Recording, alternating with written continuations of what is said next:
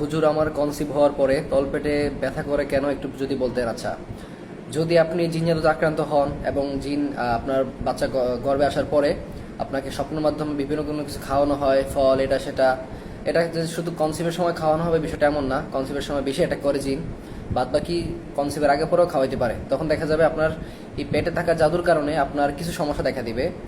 Period ঠিকমতো হবে না, বুক ভার হয়ে আসবে, বুক চাপ লাগবে। হ্যাঁ, মাসিকের সময় যে অতিরিক্ত ব্যথা, যেটা হওয়ার কথা না কিন্তু অতিরিক্ত ব্যথা হয়। তারপর হচ্ছে আপনার অনেকের প্রস্রাব ইনফেকশন দেখা দেয় এই পেটের জাদুর কারণে, এবং আপনার গ্যাসের সমস্যা বেড়ে যায়, এবং কি বলে এটাকে, বুক মনে হয় যে চাপ দিয়ে আসতেছে, বুক মনে হয় যে ভার হয়ে আসতেছে।